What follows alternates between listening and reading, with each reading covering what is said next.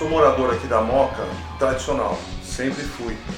E é um bairro muito bacana, inclusive desde mesmo quando eu fui casado, sempre mantive as raízes aqui no bairro. Minha mãe mora aqui, minha família mora aqui, sempre morou. E aqui é um bairro muito bacana, porque a Moca não é só aquilo que a gente vê na novela das 7, né? Todo mundo fala da Moca na novela das 7, já aconteceu. Também não é só o bairro das boas pizzarias. É talvez um dos únicos bairros em São Paulo que você tem um ar de cidade interior, que você tem, graças a Deus, uma situação habitacional favorável, porque aqui a gente, graças a Deus, não temos tantos assaltos, tanta violência como tem por aí, embora isso é uma coisa que tem que ser trabalhada também, né? Mas é um bairro diferente, é um bairro que exala simpatia. Se você vem de longe e conhece a Moca, e aí você conhece outros bairros, você vê que tem uma diferença.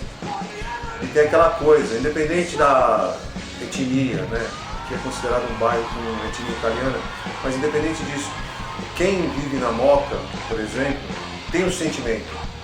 Eu sou moquense, né, bacana isso. E é como se fosse uma saga, né? E eu me criei aqui na Moca, tenho minha empresa aqui na Moca.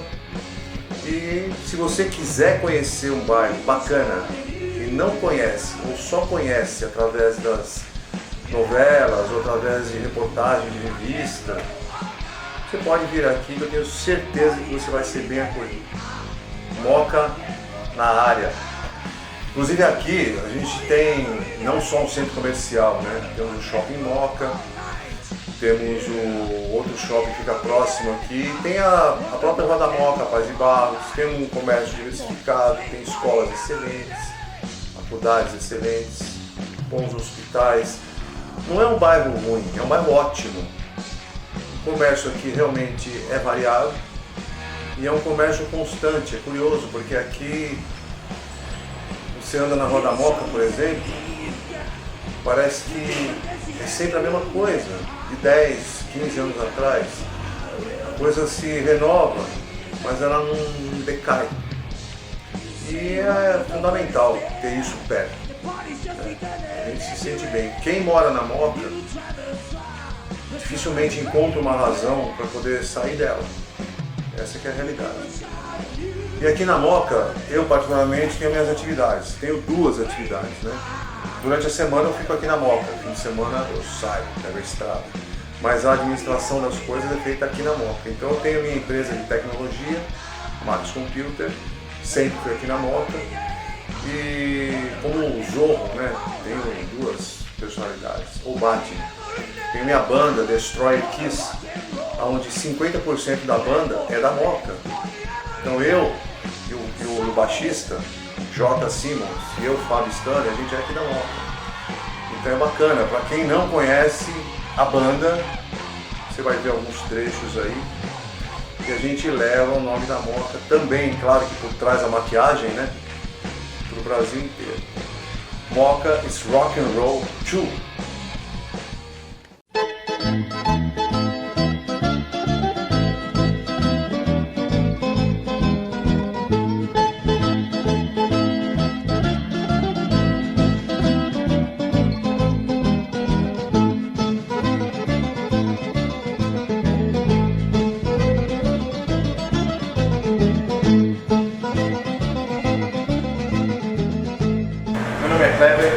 Sou aqui da pizzaria Dom Napi, na rua Tabajara, número 259, esquina com a Visconde de Nomirim, aqui na Moca.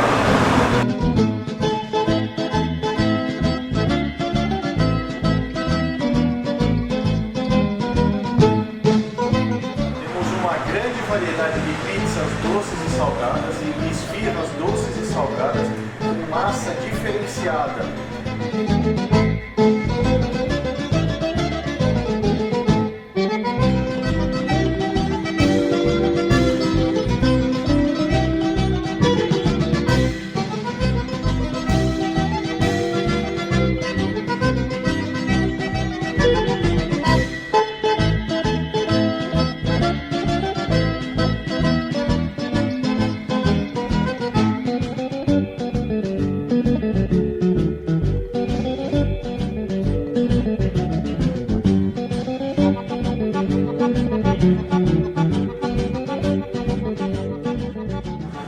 Novidades deliciosas na Dom Nap: coxinha, quibe, bolinho de carne, bolinho de bacalhau, paletas mexicanas, quibe com queijo, bolinho de bacalhau, bolinhas de queijo, bolinhas de catupiry e outros salgados. E aceitamos encomenda para a sua festa. Paleta mexicana, as melhores da Moca, entregamos na sua casa.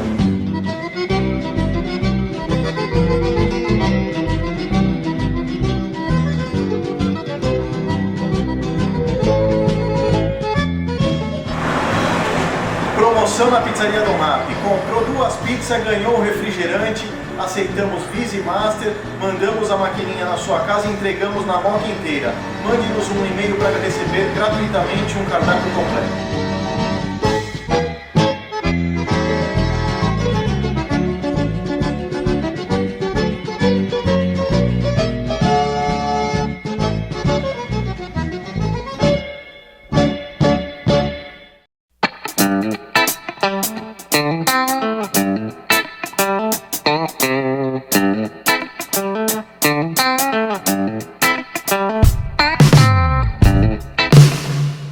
Meu nome é Pedro Felício Perduca.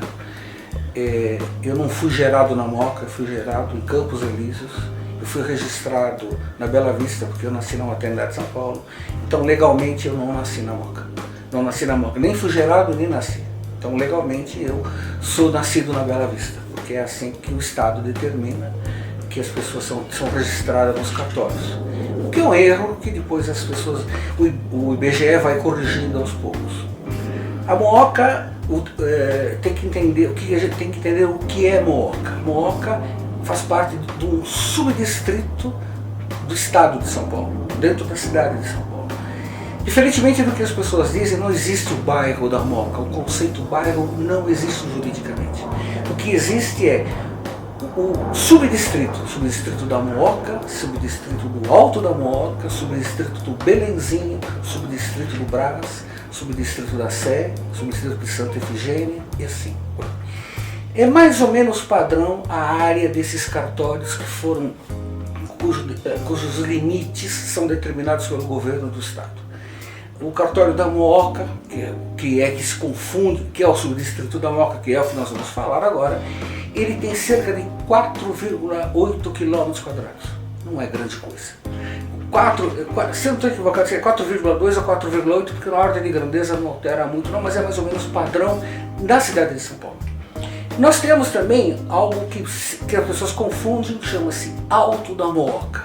Alto da Moca é um outro subdistrito, esse é muito maior, esse tem cerca de 9,3 km². O cartório da Moca, como eu mencionei, foi instituído, né, foi desmembrado do cartório do Brás. Até então, o que você enxergasse aqui leste era tudo Brás. Foi criado o subdistrito do Belenzinho um pouco antes da Moca. Depois cria-se da Moca em 1910, desmembrado do cartório do Brás. Então tudo que você enxerga aqui era Moca. Depois, em 1937, mais ou menos, aí surge o subdistrito do Alto da Moca e mais ou menos nessa época o da Vila Prudente. Então nós estamos aqui em 1930, dá para ter uma ideia do que era a cidade de São Paulo, muito pequena em relação ao que nós existimos.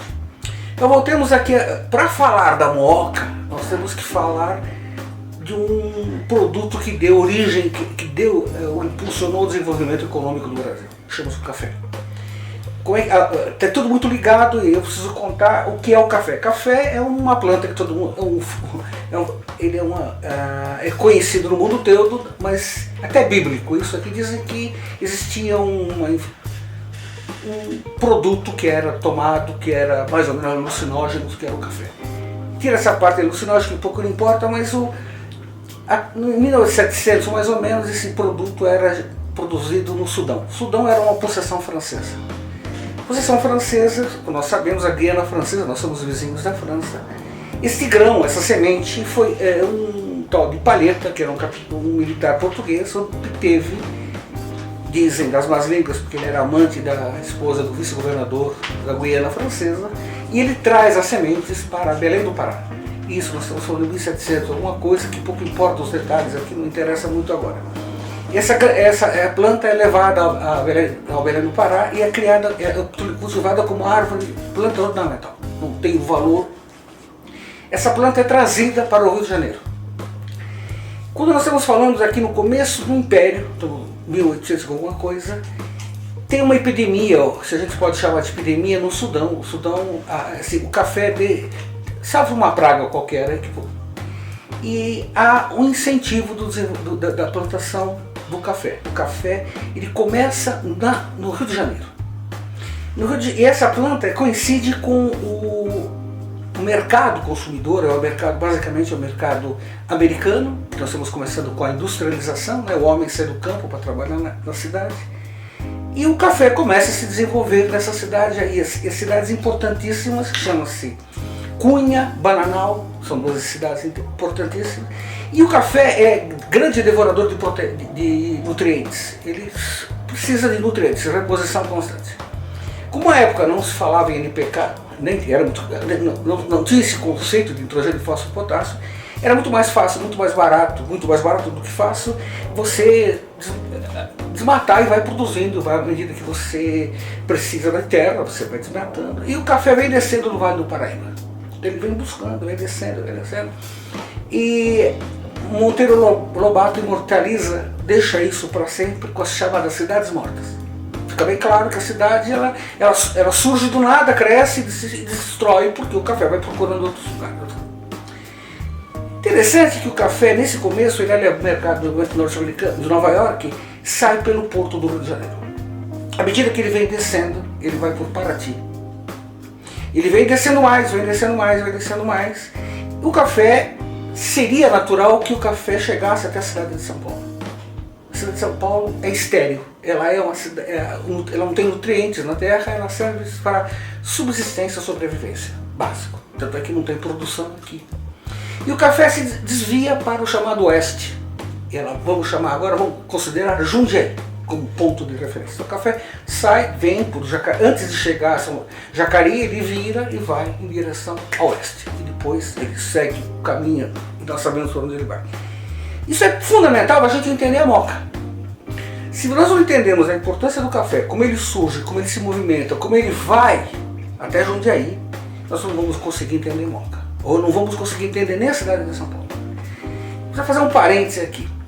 O café, quando vai para Jundiaí, ou a região chamada de Jundiaí, porque engloba Campinas, etc., esse café é levado ao Porto de Santos.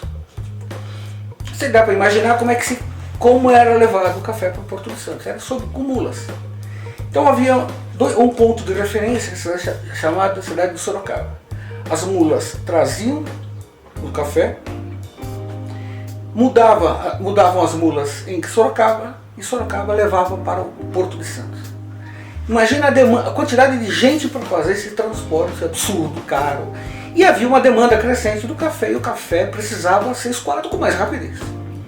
Aí surge o Mauá. Mauá, uma visão, ele era um homem de negócios e ele imagina construir uma estrada de ferro. E essa estrada de ferro, ele não tem dinheiro para isso, ele obtém a concessão do Império. E ele obtém a concessão do Império para construir uma estrada de ferro que ligasse o nosso Porto de Santos à cidade, à região produtora. Parênteses. Até então, São Paulo não existe como cidade. São Paulo é chamada capital da solidão. Por quê? Durante 300 anos, nada aconteceu nessa cidade. Por dois fatores. Primeiro, a distância do porto, do mar, não do porto, do mar. Segundo, a altitude, 730 metros inviabiliza qualquer negócio. E distante da Europa. Então você pega na nossa evolução econômica, o ciclo do algodão, o ciclo do açúcar, ele acontece concentrado no Nordeste, até porque é mais fácil chegar no Nordeste ao mercado consumidor do que chegar aqui embaixo. Então aqui, São Paulo é uma cidade que não existe, deram a ela a importância dos bandeirantes, mas os bandeirantes eram o nada do nada do nada. Pois bem, para você trazer uma estrada de ferro não existe tecnologia, porque como eu mencionei, são 730 metros de desnível, não tem tecnologia que faça descer um equipamento desse. Mauá não tem essa tecnologia, ele recorre a investidores ingleses que conhecem na Irlanda, parece que é na Irlanda ou na Escócia, um deles da Grã-Bretanha, e eles têm essa tecnologia. Vem os chamados ingleses e eles constroem essa estrada de ferro, que se você não conhece Paranapiacaba, vai conhecer, porque está lá preservado na história. A distância de 730 metros em 15 quilômetros é conseguida com uma altíssima tecnologia que é com base em um sistema de, como é hoje o elevador. Sobe um peso, sobe um contrapeso. Os vagões que descem com café sobem com carro, com mercadorias. Sistemas. Então, resumindo, que não é tão simples assim o negócio, porque existem patamares, essas coisas. Teria que ir lá ver os negócios. Para você ter uma ideia, o cabo de aço é alguma coisa de uma bitola de acho que 4 centímetros de diâmetro. Não, 8 centímetros de diâmetro, uma coisa. Tem lá ainda, por volta, lá em Paranapiacaba, que faz como se fosse para segurar, para descer as escadas, lá tem esse negócio aí. Isso aí, agora é fundamental entender a Moca. Os ingleses lá, quando enxergam, a gente imagina o seguinte: usando a geometria, que é a menor distância entre dois pontos, é uma reta, essa estrada de ferro não passaria por São Paulo. Ela passaria por Sorocaba, que é aquilo que eu mencionei. Quando vem da região produtora, vem Sorocaba, Sorocaba-Santos. A menor distância entre dois pontos costuma ser uma reta. Só que o inglês lá, imagina lá o seu Fox, que era o engenheiro, ele olhando lá de cima e falou: pô, a estrada está pronta. Onde? Porque a estrada de ferro, ela margeia o rio Tamanduateí. Ela vem quase que paralela à margem direita do rio Tietê. Tamanduateí. Por quê? Durante centenas de milhares de anos ela compactou. O terreno aqui é sólido. Então a estrada de ferro vem por aqui, que é no mesmo espaço que existe hoje, não mudou nada, mudaram os dormentes e os trilhos, eu acho igual. E ela passa por uma cidade chamada São Paulo, porque o rio Tamanduateí entra nessa cidade. Se você quiser dar uma sapeada lá, você vai ver que a grande mudança que ocorre na rota dele, o primeiro grande é aqui na Moca com o Brás. Na estação da Moca do Brás, ela faz uma pequena curva em direção ao Brás. Quando ele chega no Brás, aí ele faz quase que 90 graus, porque ele tem que transpor o rio Tietê. Então voltemos aqui.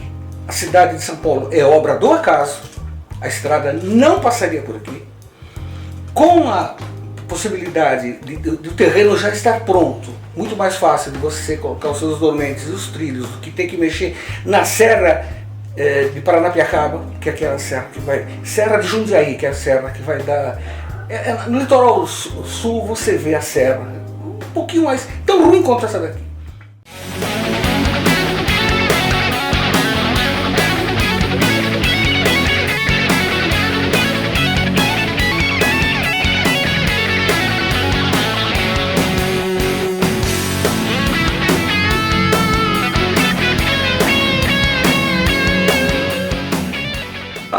Somos da EDF Gráfica. Estamos atendendo aqui na Moca desde 1986. O que você precisar, cartão, convite, folheto, envelope, talão, bloco, qualquer quantidade, pode procurar a gente. Estamos aqui pertinho, na Travessa da Paz de Barros, na rua Ezequiel Ramos. Vem com a gente.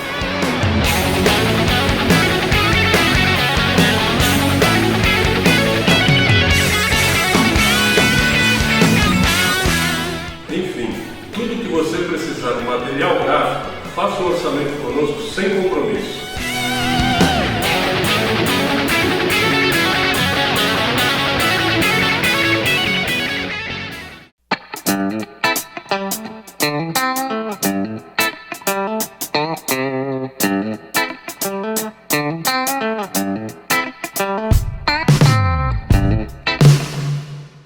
Nós estamos em 1865. É inaugurada a estrada de ferro. São Paulo continua sendo uma cidade sem expressão nenhuma. 1865. O café começa a se expandir, mão de obra escrava, fundamentalmente mão de escrava, que não dá produtividade. Então, existem ideias de que havia um conceito de embranquecer a população, tirando esse preconceito, mas não existia a mão de obra adequada para o manuseio da lavoura. Essa mão de obra ela surge de um momento muito difícil na Itália, na região do Vêneto, que é o norte da Itália, que é o que nós hoje chamamos dos sem terra. Porque o que acontecia? O italianão lá tinha 10 filhos. Os 10 filhos casam, quer dividir a terra, ou seja, não tem terra para ninguém. Associado a isso, ao problema de divisão de terra, tem um outro fator que é a guerra entre eles. Aquela região do norte da Itália, com a Áustria, eles vivem em litígio. Uma hora deles, uma hora deles, eles brigam muito. O governo do estado, o governo da província de São Paulo, que na época chamava de governo da província, incentiva a vinda de mão de obra. Os alemães foram os primeiros a chegar, mas os alemães vão lá embaixo no Rio Grande do Sul. O alemão ele fica em Porto Alegre. Porto Alegre, Novo Hamburgo, São Leopoldo é a região deles lá. O italiano sobe. Bom, importa que o italiano, quando essa mão de obra está à disposição. E o governo da província de São Paulo contrata empresas que vão buscar essa mão de obra. Na esperança de fazer a América, o governo ele consegue recrutar todas as famílias, porque era a condição sine qua non que tivesse que viriam famílias, teria que ser famílias, o pai teria que ter no máximo 45 anos, e uma leva enorme de italianos abandonam essa região do Vêneto, fundamentalmente o Vêneto, para vir a São Paulo, custeadas pelo governo da província de São Paulo.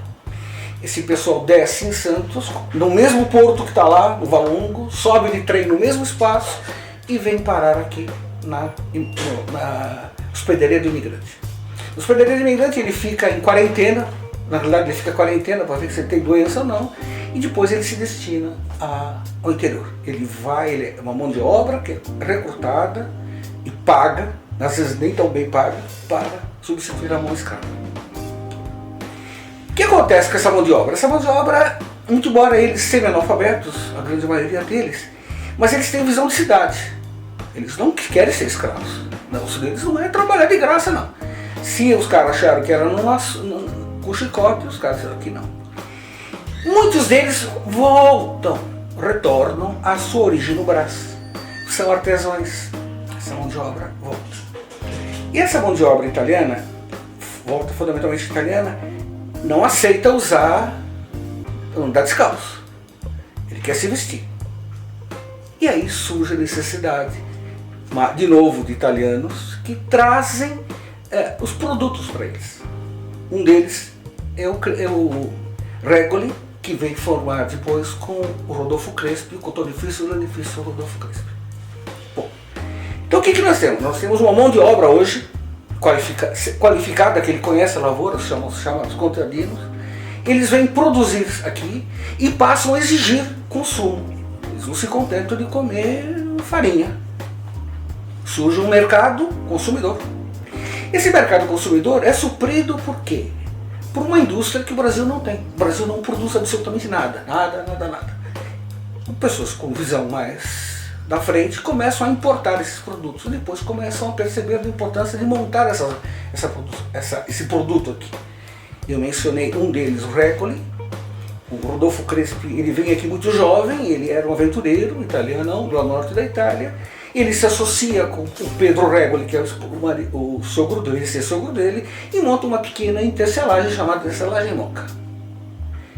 Começa o desenvolvimento com a mão de obra que exige. Então você vê, as primeiras indústrias que surgem aqui surgem no eixo Moca-Brás. A companhia Cervejaria Bavária, que é onde depois a Antártica compra em 1904, está instalada do lado da Estrada de Ferro. Porque todo o maquinário que vinha do exterior, notadamente da Inglaterra, aproveitava, era a rodovia que eles tinham. E por que a companhia Cervejaria Bavária está na Moca? Porque a Moca tem muita água. A Moca tem muita água. E é fator de desenvolvimento da indústria têxtil. Porque têxtil consome muita água na tinturaria, então, enfim, a Moca surge também, como a cidade de São Paulo, do acaso. Então nós estamos aqui, na virada do século, as indústrias se instalam na Moca. Por quê? E na Moca Brás. É que o Brás está totalmente desfigurado, a história deles é perdida. perdida não, mas relegada ao segundo plano. A Moca tem, as indústrias começam a se instalar onde? Beirando as estradas de ferro. Então eu sempre digo para o pessoal, se você quer conhecer o Brasil moderno, a importância do Brasil econômica do Brasil moderno, você precisa andar no Borges Figueiredo. O Borges Figueiredo, começando com uma indústria, aquele prédio na esquina da Rua Monsenhor João Felipe, que é uma indústria, era uma gráfica, Van Orden, era um alemão, era um holandês, acho que ele era presbiteriano, e ele monta, presbiterianos, e ele monta uma gráfica com Bíblia, aquela esquina lá, aquele prédio lá é do Van Orden.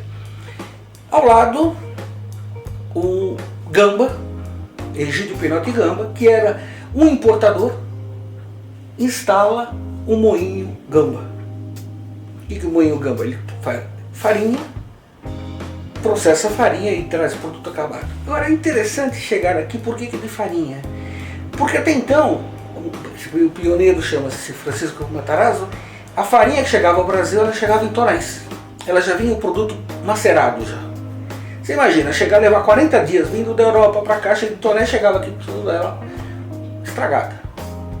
Então o Matarazzo monta um moinho do Matarazzo, que está lá na rua Monsenhor Andrade, está lá aquele prédio, surge porque ele começa a processar a farinha. Ele traz o trigo, moenda e faz produto acabado.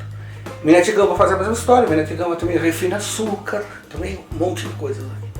Então, resumindo, a Moca surge de uma deficiência da cidade, que não tem nada. As indústrias estão instaladas aqui do lado, porque estão próximas da estrada de ferro. E o mais importante é as pessoas. Claro, as pessoas vêm morar perto do lugar onde elas trabalhavam. Até então a Moca era tida como cidade, um local de chácaras, sítios de chácaras. Olhando a Rua da Moca para cima, você vê até chegando aqui até o córrego do Tatuapé, eram chácaras. Então quem tinha grana vinha morar aqui, passava os finais de semana ou não, porque é um lugar insalubre, tem muita água. Mencionei essa água, né? É um lugar insalubre, onde o Rio Tamandatei faz o seu remanso.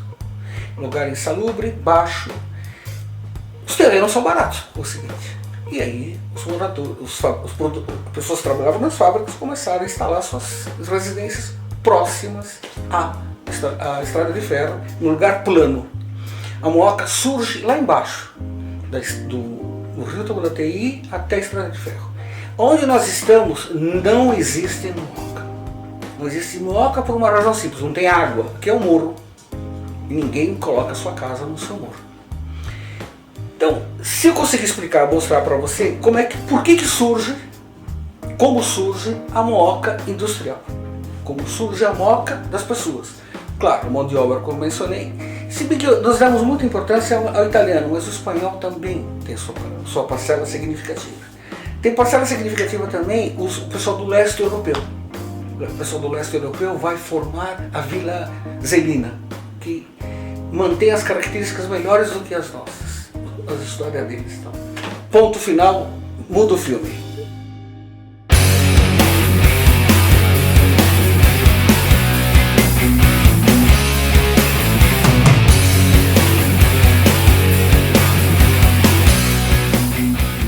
Sou o Luizinho da bateria, estamos aqui na Moca há 40 aninhos, servindo bem os nossos amigos aí. Pode procurar que é o melhor preço.